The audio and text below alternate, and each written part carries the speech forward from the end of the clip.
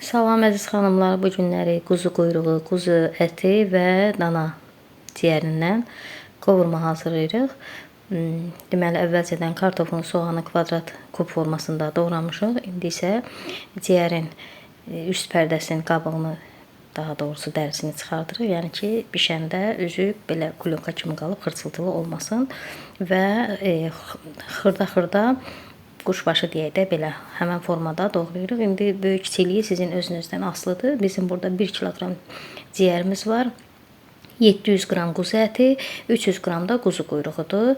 Kartof 4 ədəd orta boylu kartof, 3 ədəd normal ölçüdə soğanı da kvadrat formada doğramışıq, kub formasında, kub. Bütün ciyəri və quzunun quyruğunu tam doğrayıb hazır qoyuruq. Ondan sonra əvvəlcə tavaya yağ əlavə etmədən, yəni bu yeməyə yağ istifadə olunmur. Yağ əlavə etmədən quyruğu tavaya əlavə edib üzərinə hardasa 1 stəkan su əlavə edirik, qapağını örtürük, qoyuruq qaynasın. Qaynara düşdükdən sonra elə bir suyu çəkilənə yaxın sarı kökünü də əlavə edirik. Daha sonra biraz da qazın üzərində qalandan sonra suyu tamam quruyur.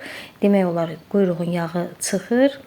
Əriyir yağı, özü də cızbız kimi biraz azmaz qızarır.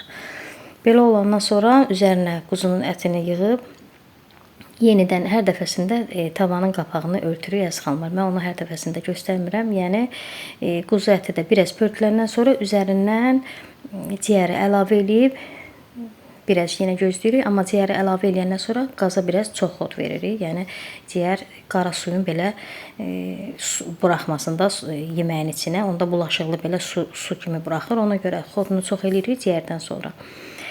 Bir burum elə bir pörtüldükdən sonra üzərinə həm soğanı, həm kartofu bir yerdə əlavə eləyib, duzunu da, istiotunu da əlavə eləyirik, qoyuruq bişməyə. Tam bişir, amma qızartmırıq. Yeməyimiz soxlu qalır da, belə deyək. Hazır olur, çox gözəl, ləzzətli yemək alındı. İnşallah siz də bu formada hazırlayın, çox bəyənəcəksiniz. İzlədiyiniz üçün təşəkkürlər.